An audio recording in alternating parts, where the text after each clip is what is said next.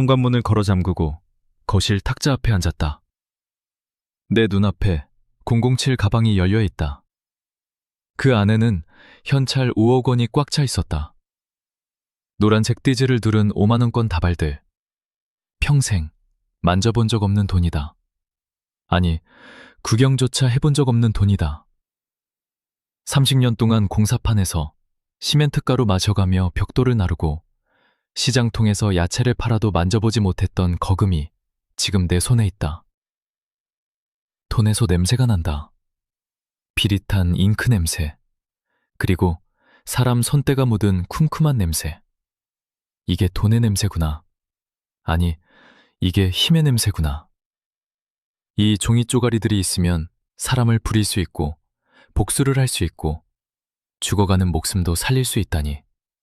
참으로 허무하고도 무서운 세상이다. 나는 떨리는 손으로 돈다발 하나를 집어들었다. 묵직하다. 이게 내 아들의 양심값이고 내 며느리의 배신값이고 내 손주를 뺏긴 값이다. 내 인생을 통째로 갈아 넣어야 만질 수 있는 이 돈이 지금 나에게 칼을 쥐라고 유혹하고 있다. 나는 가방을 닫았다. 철컥. 그 소리가 마치 총 장전 소리처럼 들렸다. 여보세요. 조력자 양반. 돈은 확인했소. 이제 누굴 찾아가면 됩니까? 전화기 너머의 K가 차분하게 대답했다. 그의 목소리에는 감정이 없었다. 마치 목적지만 알려주는 내비게이션처럼 길을 안내할 뿐이었다. 하지만 그 차분함 속에 서늘한 살기가 느껴졌다.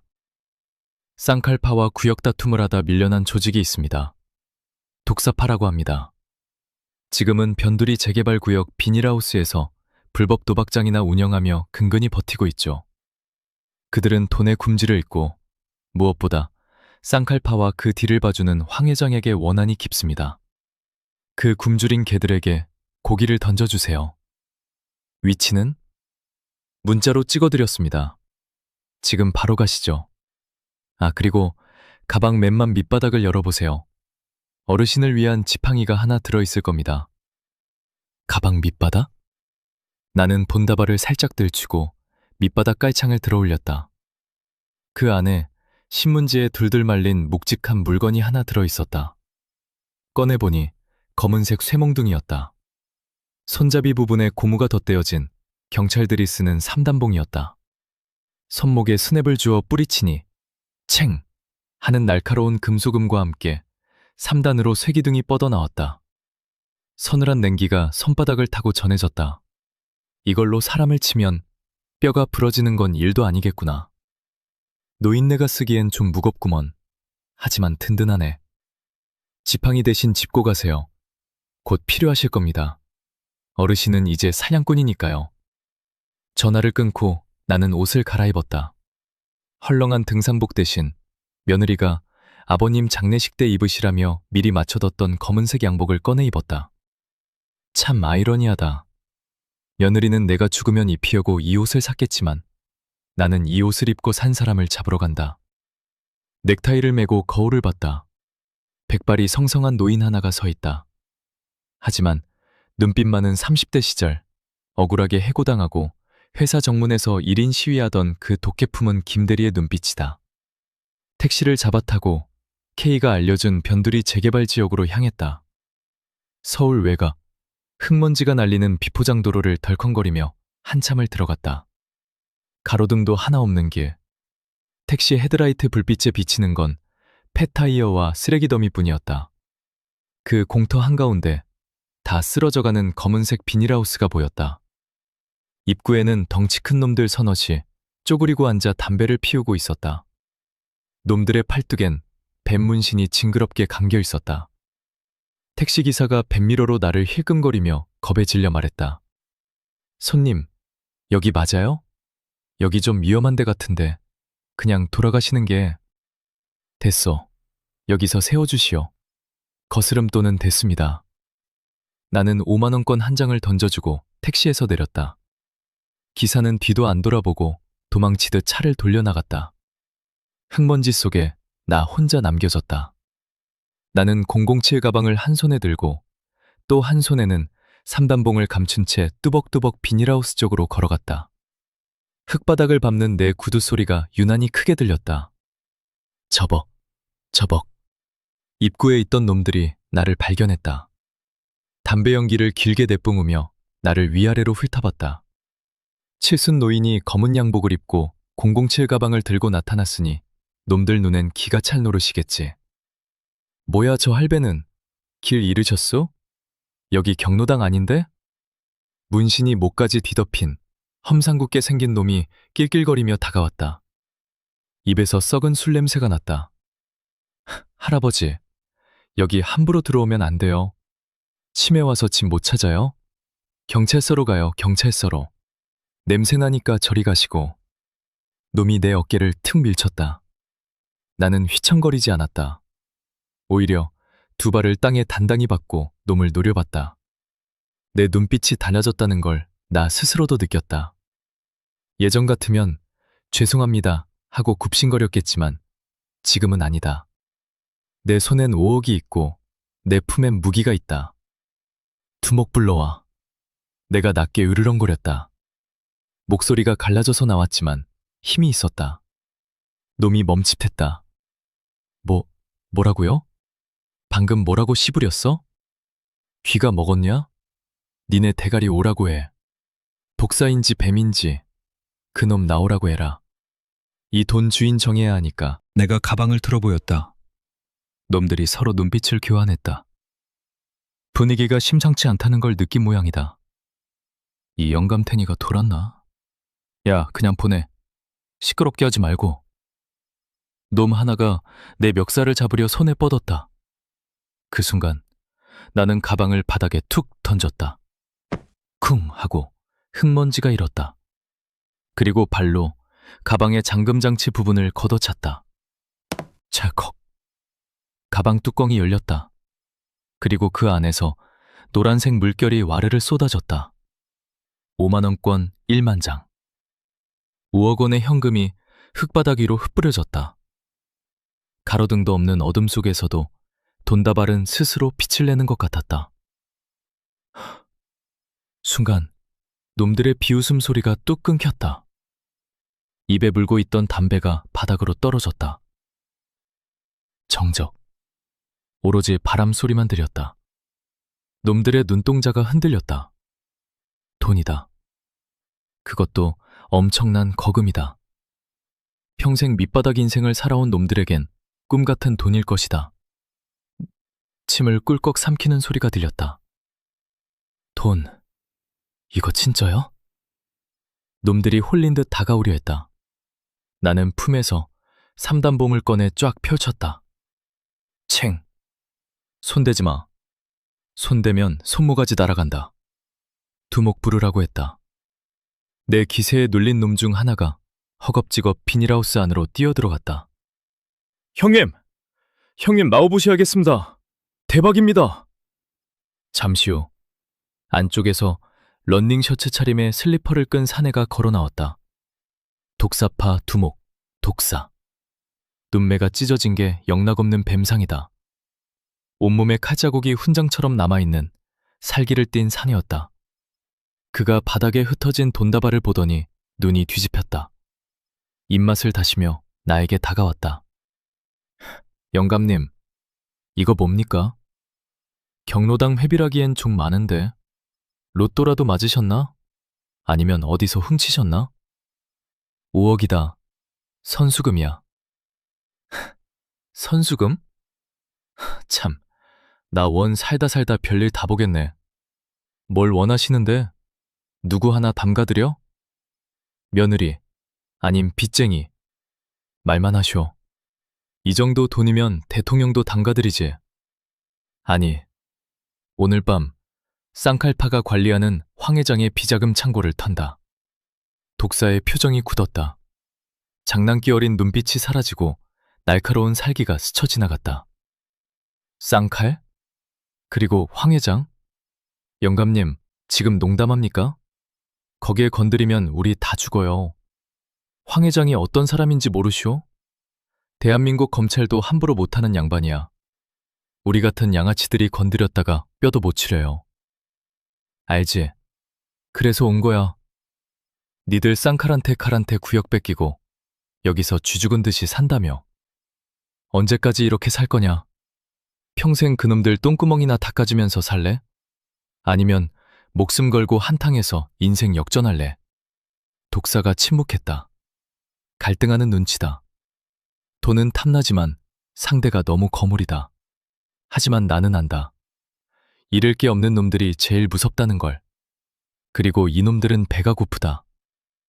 거기 창고 털어서 나오는 돈 니들이 다 가져. 거기 현찰로만 수십억이 있다고 들었다. 그리고 성공하면 내가 5억 더 준다. 합이 10억이다. 그리고 무엇보다 니들 자존심 회복해야 할 거 아니야. 쌍칼한테 당하고만 살 거냐? 10억. 그리고 창고 안에 수십억. 그리고 쌍칼에 대한 복수. 독사의 눈이 번들거렸다. 굶주린 짐승의 눈빛이었다. 좋습니다. 까짓 거 죽기 아니면 까무러치기지. 어차피 잃을 것도 없는 인생인데 이 돈이면 해외로 턱해서 떵떵거리고 살 수 있겠네. 근데 영감님은 뭐 하실 건데요? 귀에서 구경이나 하실 건가? 나는 삼단봉을 바닥에 탁 쳤다. 나도 간다. 내 손으로 깰 대가리가 하나 있어서. 독사가 씨액 웃더니 바닥에 침을 택 뱉었다. 깡다구 한번 죽이네. 우리 아버지보다 낫습니다. 좋습니다. 오늘 밤 피해 축제 한번 벌여봅시다. 얘들아, 장비 챙겨. 연장 다 꺼내. 오늘 회식은 쌍칼내 필요한다. 와! 비닐하우스 안에 있던 조직원 20명 남짓이 쇠파이프, 야구방망이, 헤카를 들고 뛰쳐나왔다. 놈들의 눈에는 살기가 돌았다. 나는 흩어진 돈을 다시 가방에 담았다. 그리고 그들 맨 앞에 섰다. 가자. 사냥할 시간이다. 트럭의 엔진 소리가 거칠게 울렸다. 덜컹거리는 짐칸에서 나는 손잡이를 꽉 잡았다. 내 옆에는 독사파 조직원들이 쇠파이프와 회칼을 만지작거리며 킬킬거리고 있었다. 이들은 두려움이 없었다. 잃을 게 없는 놈들이니까. 나도 마찬가지다. 나도 이제 잃을 게 없다. 오늘 밤 나는 칠순의 노인이 아니라 복수에 미친 악귀가 되어 저들의 목을 물어뜯을 것이다. 목적지는 강남의 한 외집 물류창고. 겉보기엔 평범한 수입가구 보관 창고처럼 보이지만 저 안에는 황 회장이 불법으로 긁어모은 더러운 돈과 정재계 인사들의 약점이 적힌 비밀 장부가 숨겨져 있다. 그리고 내 집을 뺏으려던 쌍칼파 놈들이 저기를 지키고 있다. 저 멀리 창고에 불빛이 보였다. 입구에는 검은 양복을 입은 덩치들이 서성거리고 있었다. 운전석에 탄 독사가 무전기로 소리쳤다. 형님, 보입니다. 입구에 넷, 안쪽에 더 있을 겁니다. 그냥 밀어버릴까요? 내가 짐칸 창문을 두드리며 소리쳤다. 브레이크 밟지 마. 그냥 들이받아. 문짝을 날려버려. 오케이, 꽉 잡으시오. 오늘 노인네 성깔 한번 화끈하네. 붕. 트럭의 굉음을 내며 속도를 높였다. 창고 앞을 지키던 쌍칼파 놈들이 트럭을 보고 기겁하며 손을 흔들었다. 뭐야! 멈춰! 서란 말이야! 야! 차 태워! 멈출 리가 있나. 트럭은 그대로 창고의 육중한 철제 정문을 들이받았다. 쾅! 귀를 찢는 굉음과 함께 철문이 엿가락처럼 휘어지며 날아갔다. 트럭이 창고 앞마당으로 미끄러져 들어갔고 급브레이크를 밟자 타이어 타는 냄새와 먼지가 자욱하게 피어올랐다. 충격으로 몸이 튕겨나갈 뻔했지만 나는 이를 악물고 버텼다. 죽여라. 다 쓸어버려. 독사의 고함 소리와 함께 트럭 짐칸에서 독사파 놈들이 우르르 쏟아져 내렸다. 창고 안에서 자고 있던 혹은 노름판을 버리고 있던 쌍칼파 조직원들이 놀라서 뛰쳐나왔다. 뭐야! 습격이다! 애들 깨워! 비상! 순식간에 아수라장이 됐다.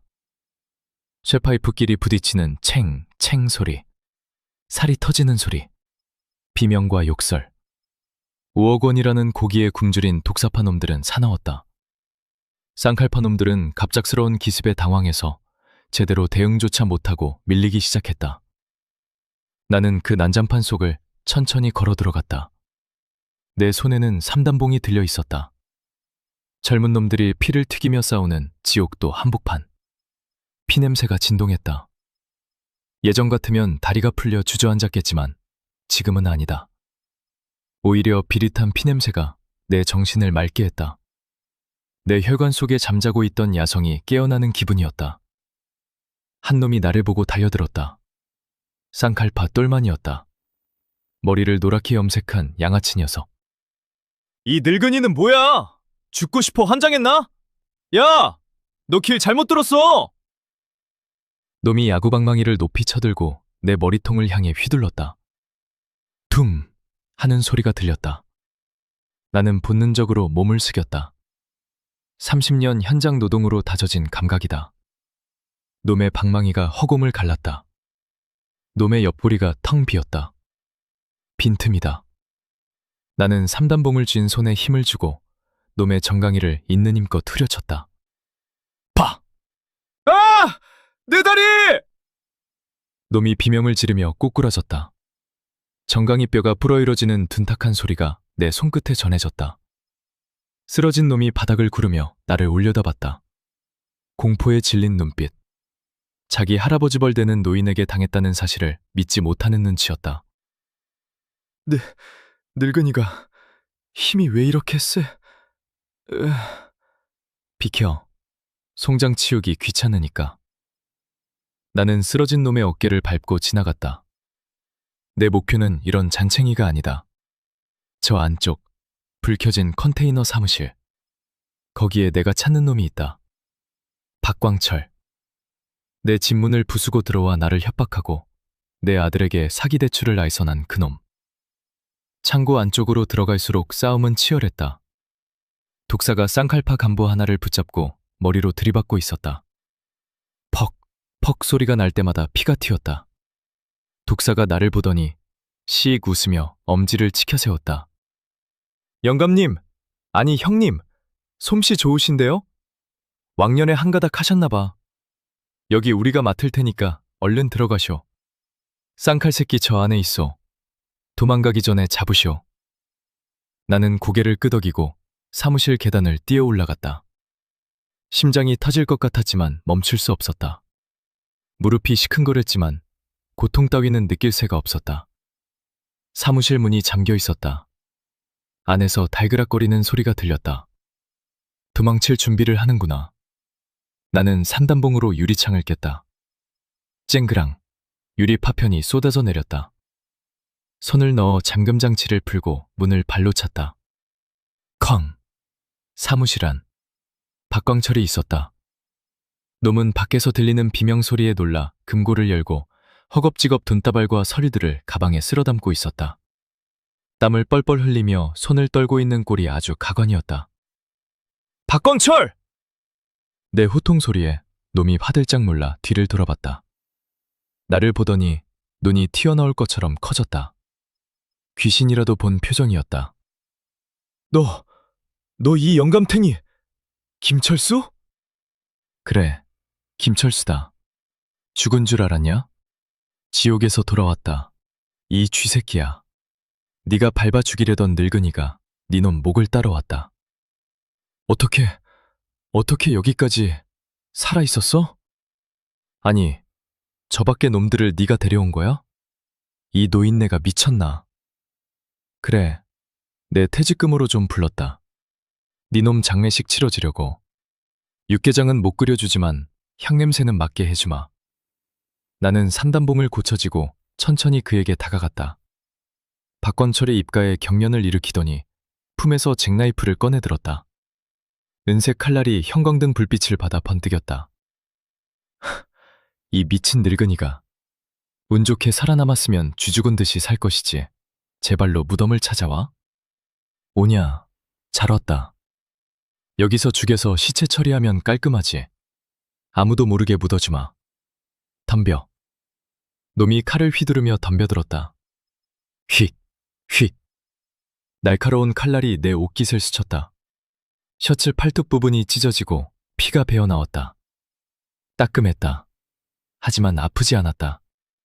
내 가슴 속 분노가 더 뜨거웠으니까. 죽어! 죽어! 늙은이가 명줄도 기네! 놈은 흥분해서 칼을 마구잡이로 휘둘렀다. 나는 뒷걸음질 치며 놈의 움직임을 봤다. 놈은 젊지만 겁을 먹고 있다. 칼을 쥔 손이 미세하게 떨리고 있다. 반면 나는 차분하다. 죽음을 각오한 늙은이는 무서울 게 없다. 놈이 크게 칼을 찌르며 들어오는 순간 나는 피하지 않았다. 오히려 놈의 품으로 파고들었다. 왼팔을 내어주고 놈의 멱살을 잡았다. 칼이 내 왼쪽 어깨에 박혔다. 푸. 살이 찢어지는 끔찍한 감촉과 함께 뜨거운 피가 솟구쳤다. 잡았다, 이 새끼야. 놈은 내가 칼에 찔리고도 달려들 줄은 몰랐던 모양이다. 당황한 놈의 눈동자가 심하게 흔들렸다. 칼이 박힌 채로 놈이 굳어버렸다. 나는 고통을 악물고 오른손에 쥔 삼단봉으로 놈의 손목을 내리쳤다.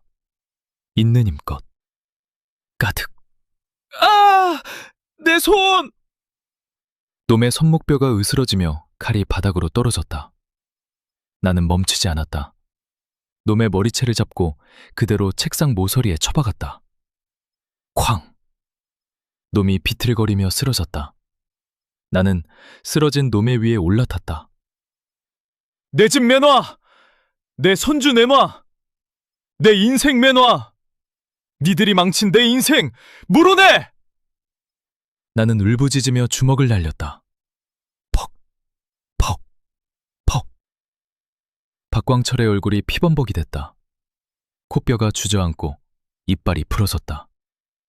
내 주먹도 까져서 피가 났지만 멈출 수 없었다. 30년의 한, 며느리에게 당한 수모, 아들에게 배신당한 슬픔, 손주를 뺏긴 분노. 그 모든 것을 주먹에 실어 쏟아부었다. 살려주세요, 영감님. 아니, 형님. 잘못했습니다. 제발 살려만 주세요. 시키는 대로 다 할게요. 박광철이 피 섞인 침을 뱉으며 애원했다. 꼴사납게 빌고 있다. 아까 우리 집에서 거들먹거리던 그 위새는 어디 가고 피투성이가 된 쥐새끼 한 마리가 바닥을 기고 있다. 장부 어딨어? 황정식 그놈 약점 적힌 장부! 그리고 비자금 내어! 당장 안 내놓으면 네 눈알부터 뽑아버린다. 저기 금고 안에 가방에 다 담아놨어요. 가져가세요. 다 가져가세요. 제발 목숨만은. 나는 놈을 발로 차버리고 금고 앞에 놓인 가방을 열었다. 현금 다발 속에 검은 가죽 표지의 낡은 노트가 보였다. 떨리는 손으로 펼쳐봤다. 2024년 10월 검사 김55 3억 전달, 불법 징역 무마. 2025년 1월 국회의원 박55 성상남 및 후원금 5억. 2026년 2월 강민재 내 아들 작업대출 승인 및 요양병원 리베이트 건. 찾았다. 황 회장의 목줄. 그리고 내 아들을 범죄자로 만든 결정적인 증거. 내 아들이 쓴 게 아니었다. 황 회장이 설계하고 며느리가 실행하고 쌍칼파가 뒤를 봐준 거대 사기극이었다. 내 아들은 그저 바지 사장이었고 모든 죄를 뒤집어 쓰게 되어 있었다. 이걸 들고 나가면 세상이 뒤집어진다. 황 회장은 끝이다. 그리고 나는 내 아들의 누명을 벗길 수 있다. 비록 못난 아들이지만 억울하게 쓴 누명은 벗겨줘야지. 그때였다. 내 주머니에서 핸드폰이 미친 듯이 울렸다. 조력자 K다. 여보세요? 찾았소. 장부 찾았소. 박광철도 잡았고 이제 끝난 거 아니오? 하지만 K의 목소리는 다급했다. 평소의 침착함은 사라지고 없었다. 아닙니다. 지금 당장 거기서 나오세요. 함정입니다. 뭐? 함정이라니. 그게 무슨 소리야? 황 회장이 낌새를 씁니다. 박광철은 미끼였어요. 황 회장이 조금 전 경찰청장한테 직접 전화했습니다. 무장 강도단이 창고를 습격했다고 신고했어요. 지금 경찰 특공대와 기동대가 그 창고를 포위하러 가고 있습니다. 잡히면 어르신은 영웅이 아니라 조폭 사주에서 강도짓 벌인 흉악범으로 몰립니다. 현장에서 사살될 수도 있어요. 빨리 피하세요. 뭐라고? 이런 젠장할 놈들이. 밖에서 사이렌 소리가 들려오기 시작했다. 한두 대가 아니다. 온 세상을 뒤덮을 듯한 요란한 사이렌 소리. 하늘에서는 헬기 소리까지 두두두두 들렸다. 포위됐다. 독사! 튀어! 짭새 떴다! 함정이다! 다 도망가! 나는 창문을 열고 소리쳤다. 독사파 놈들도 눈치가 빨랐다. 사이렌 소리가 들리자마자 싸움을 멈추고 뿔뿔이 흩어졌다. 젠장, 형님, 뒷문으로 튑시다. 독사가 피투성이가 된 채로 사무실로 뛰어들어왔다. 한 손에는 부러진 쇠파이프를 들고 있었다. 영감님, 같이 갑시다. 여기 있으면 다 죽어요. 먼저 가. 나는 챙길 게 있어. 나는 가방을 챙겨 맸다. 어깨의 상처에서 피가 계속 흘러나와 옷을 적셨지만 아픈 줄도 몰랐다. 장부. 이 장부만은 지켜야 한다. 이걸 뺏기면 내 인생은 끝이다. 나는 뒷문 개구멍을 향해 뛰었다. 뒤에서 꼼짝 마! 경찰이다! 하는 확성기 소리가 들려왔다. 탕! 공포탄 소리가 밤하늘을 찢었다. 나는 이를 악물고 달렸다. 심장이 터질 것 같았다. 폐가 찢어질 것 같았다. 칠순 노인의 몸으로 감당하기 힘든 질주였지만 멈추면 죽는다. 잡히면 내 복수도 내 성주도 다 끝이다. 어두운 골목길, 쓰레기 더미 뒤에 숨어 거친 숨을 몰아쉬고 있을 때였다. 검은색 세단 한 대가 소리 없이 내 앞에 멈춰섰다. 창문이 스르르 내려가고 선글라스를 낀 젊은 남자가 나를 불렀다. 타세요, 어르신. K였다. 처음으로 얼굴을 봤다. 아주 차갑게 잘생긴 그러나 눈빛에 깊은 슬픔이 서린 청년이었다. 우리는 차를 타고 포위망을 뚫고 현장을 빠져나갔다. 경찰차들이 요란한 사이렌을 울리며 반대편 차선으로 줄지어 지나가는 걸 보며 나는 안도의 한숨을 내쉬었다. 식은땀이 등줄기를 타고 흘러내렸다. 차 안에서 나는 찢어진 어깨를 손수건으로 꾹 눌러 지어라며 물었다. 이제 이걸로 황 회장 잡을 수 있는 거요? 민준이도 데려올 수 있고? 이 장부면 그놈 사형감이잖아. 살인 교사에 뇌물에 안 걸리는 게 없던데. K가 백미러로 나를 쳐다봤다. 선글라스를 벗은 그의 눈동자가 흔들리고 있었다. 표정이 어두웠다. 승리의 기쁨 같은 건 찾아볼 수 없었다. 이 장부면 황 회장을 감옥에 보낼 순 있습니다. 검찰 수뇌부도 이 리스트에 포함되어 있어서 쉽지는 않겠지만 제가 가진 모든 라인을 동원해서 터뜨릴 겁니다. 하지만 민중군을 데려오는 건 다른 문제입니다. 그게 무슨 소리요? 감옥 간 놈한테 친권이 있겠소? 범죄자한테서 애를 뺏어오는 건 당연한 거 아니요? 법이 아무리 썩었어도 그 정도는 아닐 거 아니야. 어르신, 제가 아까 민중군이 황 회장의 아들이라고 했었죠? 그렇소. 며느리 그년이 밖에서 나온 황 회장 씨앗이라고. 더러운 핏줄이라고 했잖소. 그래서 그 늙은이가 제 자식인 줄 알고 데려간 거고. 죄송합니다. 제가 거짓말을 했습니다. 뭐? K가 갑자기 차를 갓길에 세웠다. 급정거에 몸이 쏠렸다. 나는 놀란 눈으로 그를 쳐다봤다. 그가 운전대에서 손을 떼고 뒤를 돌아 나를 정면으로 바라봤다. 그의 눈빛이 깊게 가라앉아 있었다. 어르신을 움직이게 하려면 분노가 필요했습니다. 어르신이 포기하지 않고 끝까지 싸우게 하려면 더 큰 충격과 절망이 필요했습니다. 그래서 거짓말을 했습니다. 죄송합니다. 도대체 무슨 거짓말을 했단 말이오? 뜸들이지 말고 똑바로 말해. 민준이가 황 회장 아들이 아니면 누구 아들이란 말이오? 민준이 황 회장 아들 아닙니다. 그럼? 최지은, 그러니까 며느리가 조작한 겁니다. 황 회장한테 돈을 뜯어넣으려고 자기 전 남친의 아이를 황 회장 아이라고 속인 겁니다. 그리고 그 전 남친은 민준이가 태어나기도 전에 사고로 죽었습니다. 머리가 멍해졌다. 망치로 한 대 더 맞은 기분이었다. 도무지 이해가 되지 않았다. 그럼 민준이는 진짜 누구 핏줄이란 말이오? 죽은 전 남친? 그럼 생판 남이라는 거야? K가 조수석에 있던 서류봉투 하나를 집어내게 내밀었다. 겉면에 2차 정밀이라고 적혀 있었다. 제가 어르신 칫솔과 민준이 머리카락으로 몰래 다시 검사했습니다. 황 회장 몰래, 최지연 몰래, 제가 직접 의뢰했습니다. 보세요. 이게 진실입니다. 나는 떨리는 손으로 사례를 꺼냈다. 영어와 숫자가 가득했다. 눈이 침침해서 잘 보이지 않았지만 맨 아래 빨간 글씨로 적힌 한 줄은 선명하게 보였다. 이게 무슨... 민준이, 어르신의 친손자가 맞습니다. 아드님 강민재 씨, 불임 아니었습니다. 병원 기록도 다 조작된 거였습니다. 뭐라고? 며느리가 남편을 가스라이팅해서 불임이라고 믿게 만든 겁니다. 그래야 나중에 이혼할 때 위자료 뜯고 양육권 뺏기 쉬우니까요. 그리고 황 회장한테는 네 애라고 속여서 양육비랑 생활비를 뜯어내고 있었던 겁니다. 양쪽을 다 속인 겁니다. 희대의 사기극이죠. 내 입에서 짐승 같은 울음이 터져나왔다.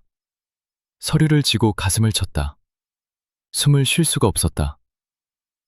내 핏줄, 내 새끼, 내 진짜 손주.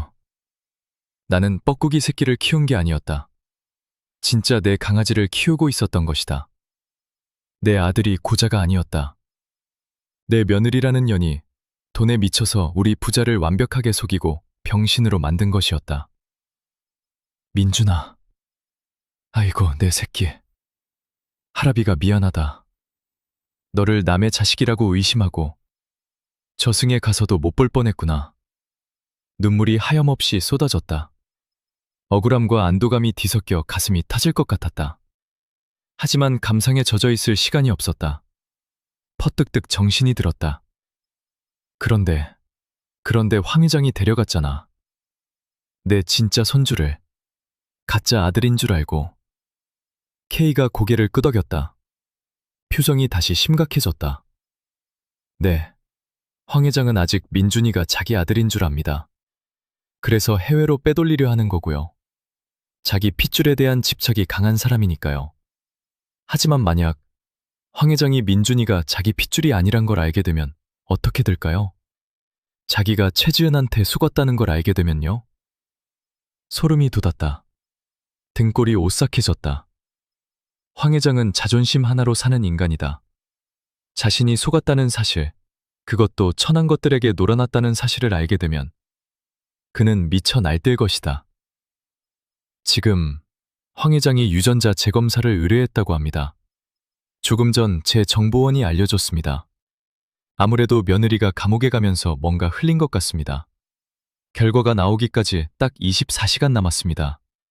아니, 이제 20시간 정도 남았군요. 그럼 그 안에 민준이를 구해내지 못하면 민준이는 죽습니다. 황 회장은 자기 치부를 덮기 위해서라면, 그리고 배신감을 씻기 위해서라면 어린애 하나쯤은 쥐도 새도 모르게 없앨 위인입니다. 자기 아들이라고 믿었을 때나 아끼지. 남의 자식, 그것도 자기가 짓밟으려 했던 김철수의 손자라는 걸 알게 되면 상상하기도 싫습니다. 나는 장부를 꽉 움켜쥐었다. 피 묻은 손에 힘이 들어갔다. 손톱이 살을 파고들어 아팠지만 그 고통이 나를 깨웠다. 내 손주가 죽는다. 내 진짜 핏줄이 그 악마의 소나기에서 죽을 위기에 처했다.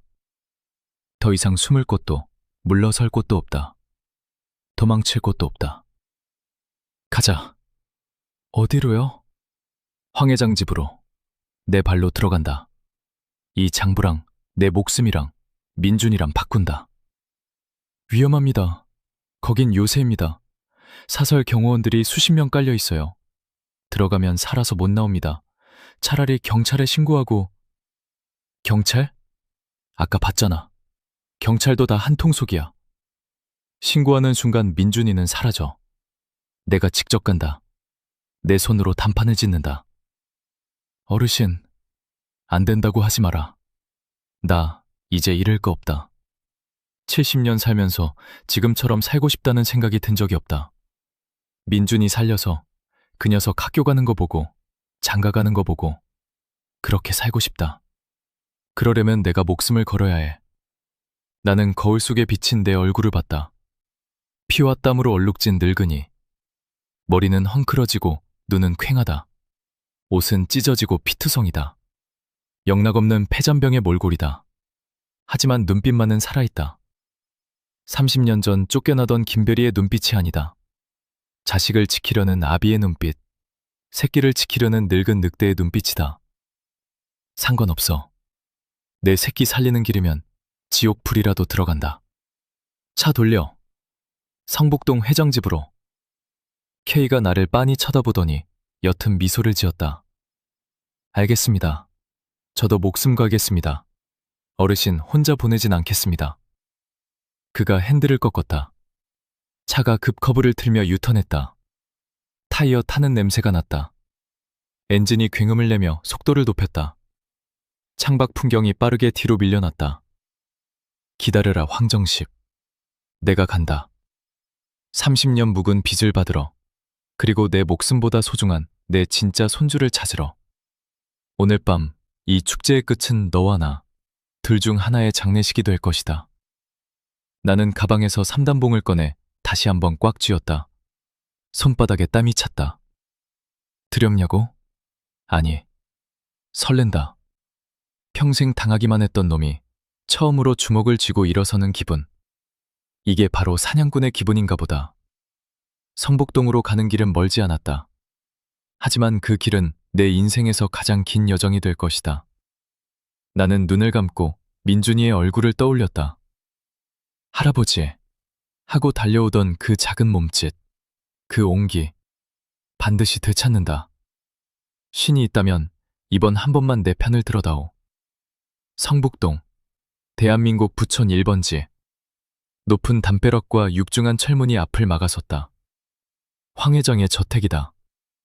나는 차에서 내렸다. 찢어진 어깨를 대충 넥타이로 묶어 지혈했지만 피가 흰 와이셔츠를 붉게 물들이고 있었다. 거울을 안 봐도 알 수 있었다. 지금 내 몰골은 흡사 지옥에서 돌아온 악기 같을 것이다. K가 내 옆에 섰다.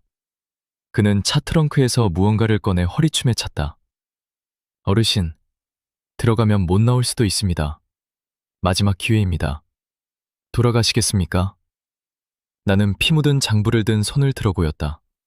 손이 떨리지 않았다. 내 손주가 저 안에 있어. 내가 죽어서라도 꺼내온다. 그놈이 내 새끼 털끝이라도 건드리면 이 장부랑 같이 자폭할 거다. K가 고개를 끄덕이더니 품에서 권총 한 자루를 꺼냈다.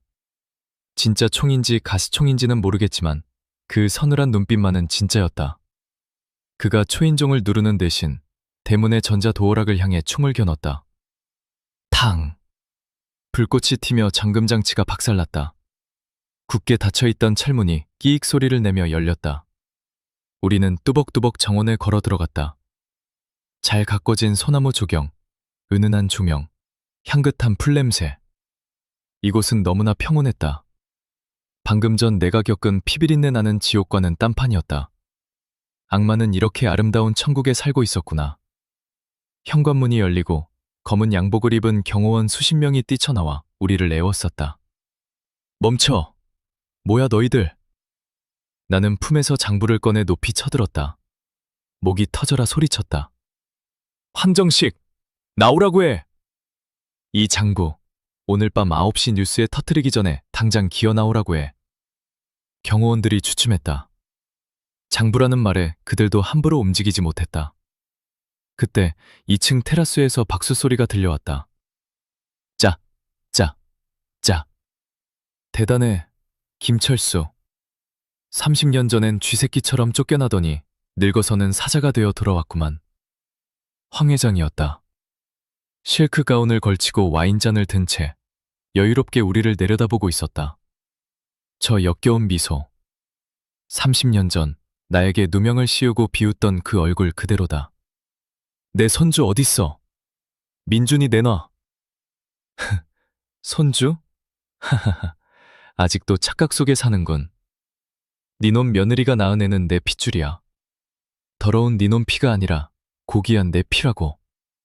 내가 내 아들 데리고 있는데 뭐가 문제지? 닥쳐. 개소리 말고 내려와. 이 장부랑 민준이랑 바꾸자. 니놈 목숨 저줄이 여기 있다. 황 회장이 손짓하자 경호원들이 길을 열었다. 우리는 거실로 안내되었다. 넓은 거실 한가운데 최고급 가죽 소파 위에 민준이가 웅크리고 앉아 울고 있었다. 할아버지! 민준이가 나를 보자마자 달려오려 했다. 하지만 옆에 있던 경호원이 아이의 어깨를 억세게 눌렀다. 아, 아파. 민준이가 비명을 질렀다. 내 눈이 뒤집히는 것 같았다. 피가 거꾸로 솟았다. 애한테 손대지 마!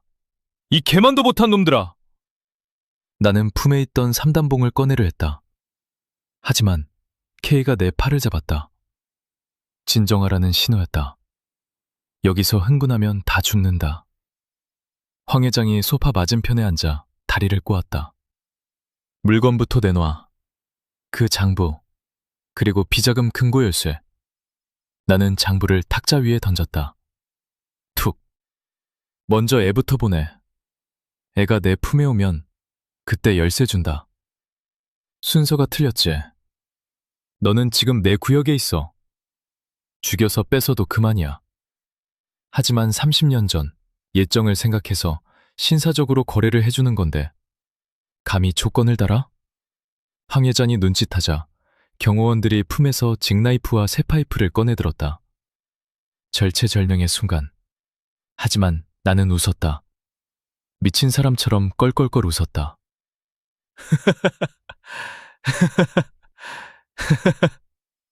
뭐야, 노망났나? 왜 웃어? 한정식, 너는 참 멍청해. 30년 전이나 지금이나 사람을 도구로만 보니까 진짜 중요한 걸 놓치지. 네가 천재라고 생각하지? 천만에. 너는 그냥 호구야. 뭐라고? 이 늙은이가 죽고 싶어서 환장했나? 너, 민준이가 네 아들인 줄 알지? 며느리 그년이 네 시라고 하니까 아이고 내 핏줄 하면서 좋아 죽겠지. 유전자 검사도 그년이 갖다 준 것만 믿고? 무슨 소리라는 거야? 내 아들이 맞아. 내 눈을 봐라. 나랑 똑같이 생겼잖아.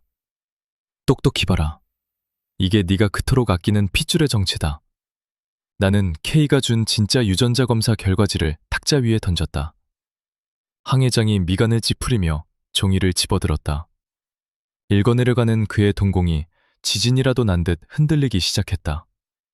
손이 부들부들 떨렸다. 들고 있던 와인잔이 바닥으로 떨어져 박살났다. 쨍그랑. 붉은 와인이 카펫을 적셨다. 마치 핏물처럼.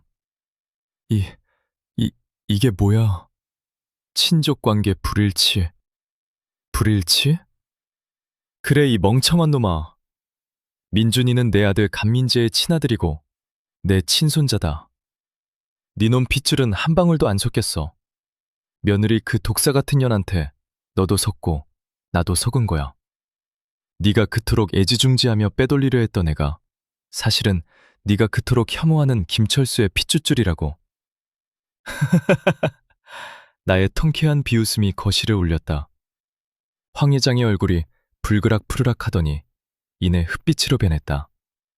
배신감, 수치심, 분노. 천하의 황 회장이 꽃뱀 같은 여자한테 속아서 남의 자식을 제 자식인 줄 알고 키우려 했다는 사실. 그 자존심에 치명타를 입은 것이다. 최지은, 그년이 감히 나를 속여? 내 돈을 받아먹고 가짜를 진짜라고 속여? 내가 누군지 알고 이제 알겠냐? 넌 아무것도 아니야. 돈으로 사람을 샀다고 생각했겠지만 결국 너도 그년한테 놀아난 호구일 뿐이다. 자, 이제 민준이 놔줘. 남의 손자 데리고 있어봐야 네 망신만 뻗친다. 황 회장의 눈이 돌아갔다. 이성이 끊어지는 소리가 들리는 듯했다. 죽여! 다 죽여버려! 회장님, 저 늙은이도 죽이고 저 가짜 새끼도 죽여! 당장 내 눈앞에서 치워버려! 아무도 모르게 묻어버려! 경호원들이 달려들었다. 나는 민준이 쪽으로 몸을 날려 아이를 끌어안았다. 민준아, 눈 감아. 할아버지 꽉 잡아. 그때였다. 탕, 탕, 탕. 총소리가 연달아 울려 퍼졌다. 귀가 먹먹했다. 하지만 내가 맞은 게 아니었다. 우리를 향해 달려들던 경호원 3명이 다리를 부여잡고 쓰러졌다. 으악! 총을 쏜 건 K였다. K는 놀라운 사격 솜씨로 순식간에 상황을 제압했다. 그리고 품에서 무전기를 꺼내 외쳤다. 진입해. 전원 체포한다. 저항하면 발포해. 와장창.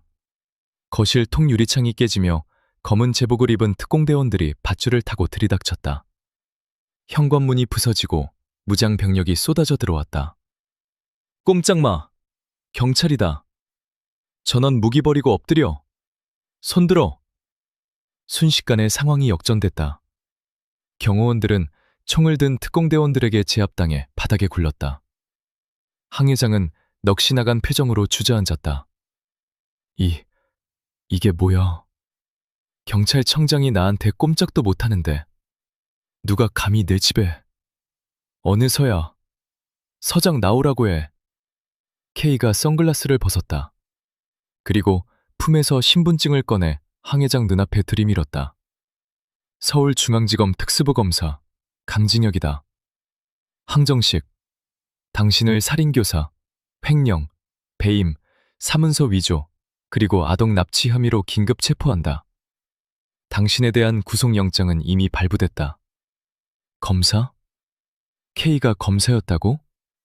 나는 멍하니 그를 쳐다봤다. 며칠 동안 내 곁에서 운전해주고 싸워주고 나를 지켜줬던 그 조력자가 검사였다니. 아니, 조력자 양반 검사였소? 강 검사가 나를 보며 씁쓸하게 웃었다. 속여서 죄송합니다, 어르신. 검사 신분으로는 황 회장의 철옹성 같은 법망을 뚫을 수가 없었습니다. 결정적인 내부 고발과 물증, 그리고 황 회장이 직접 범죄를 저지르는 현장이 필요했습니다. 그래서 어르신을 미끼로 쓴 겁니다. 용서하십시오.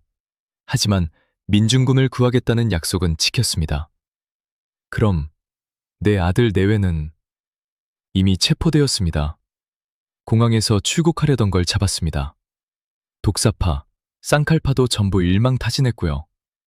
이 장부, 이게 결정타입니다. 이걸로 황 회장은 살아서 감옥 못 나옵니다. 수갑이 황 회장의 손목에 채워졌다. 그는 끌려가면서도 악을 썼다.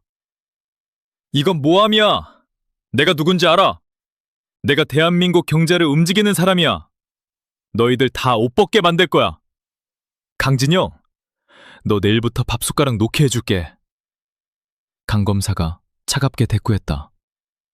당신 시대는 끝났어. 그리고 당신이 죽인 내 아버지 박창수 부장님께 가서 사죄해. 박창수? 황 회장의 눈이 휘둥그레졌다. 나도 놀랐다. 박창수?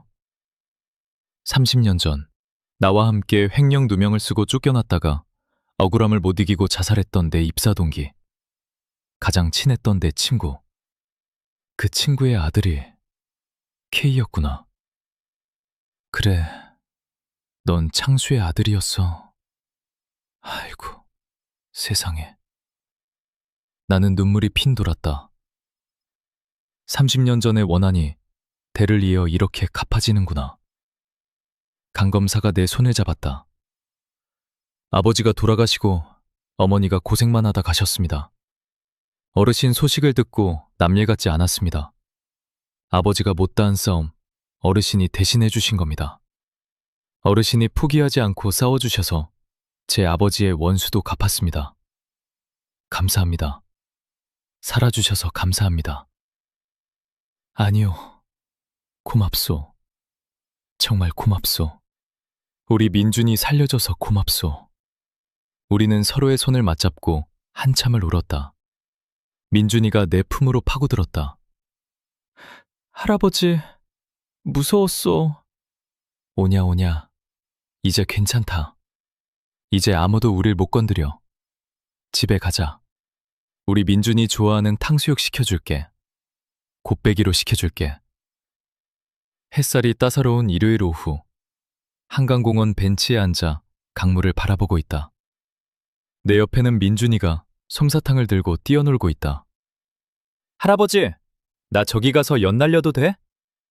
그래, 조심해서 놀아라. 넘어지지 말고 멀리 가지 마라. 평화롭다. 지옥 같았던 지난날이 꿈처럼 느껴질 정도로. 황 회장은 무기징역을 선고받았다. 내 아들 강민재와 며느리 최지은은 각각 징역 5년과 7년을 선고받았다. 며느리는 감옥에서 황 회장을 상대로 친자 확인 소송 사기죄까지 추가되어 형량이 늘어났다고 한다. 아들놈은 면회 갈 때마다 펑펑 울며 잘못했다고 빌지만 나는 아직 용서하지 않았다. 사람이 지은 죄는 씻을 수 있어도 짐승이 된 기억은 쉽게 잊히지 않는 법이니까. 죄값 다 치르고 사람 되어서 나오면 그때 국밥이나 한 그릇 사줄 생각이다. 나는 내 집을 팔았다. 그 끔찍한 기억이 서린 집에서 더 이상 살 수 없었다. 대신 민준이 학교 근처에 작은 전셋집을 얻었다. 남은 돈으로는 민준이 학자금 통장을 만들어줬고 일부는 독거노인들을 위한 재단에 기부했다. 5억, 10억. 다 부질없더라. 돈 때문에 자식이 부모를 죽이고 부모가 자식을 의심하는 세상 아닌가. 지금 내 손에 쥐어진 이 쭈쭈바 하나, 그리고 저기서 해맑게 웃고 있는 내 손주 녀석. 이거면 됐다. 이게 내 인생의 전부다. 어르신! 저 멀리서 강 검사가 걸어온다. 양손에 치킨과 맥주를 들고. 녀석, 이제는 검사님이 아니라 그냥 아들 같다. 주말마다 찾아와서 말동무가 되어준다. 어이 강 검사, 오늘은 늦었네? 나라 지키느라 바쁜가? 일이 좀 많아서요. 요즘도 나쁜 놈들이 많아서 쉴 틈이 없네요. 민준아, 삼촌 왔다. 민준이가 깨르르 웃으며 강 검사 품에 안긴다. 저 모습을 보니 밥 안 먹어도 배가 부르다. 죽은 내 친구 창수가 저 모습을 봤으면 얼마나 좋았을까. 나는 하늘을 올려다봤다. 구름 한 점 없는 파란 하늘. 30년 전 억울하게 떠난 박친구, 그리고 내 아내. 거기서 보고 있나? 나 이만하면 잘 살았지? 복수도 하고 손주도 지키고 든든한 아들 같은 놈도 하나 생겼어. 이제 걱정 마. 남은 인생은 덤이라 생각하고 즐겁게 살다 갈게. 바람이 불어와 내 땀을 식혀준다. 이제야 진짜 잠이 올 것 같다. 수면제 따위는 필요 없는 달콤하고 깊은 잠이. 할아버지, 빨리 와. 치킨 식어. 그래, 간다. 이 녀석아, 같이 먹자. 나는 지팡이 대신 삼단봉을, 아니, 이제는 필요 없어진 쇠몽둥이를 가방 깊숙이 넣어두고 자리에서 일어났다. 내 발걸음은 30년 만에 처음으로 가벼웠다. 이것으로 나의 전쟁은 끝났다. 그리고 나의 진짜 인생이 70살에 비로소 시작되었다.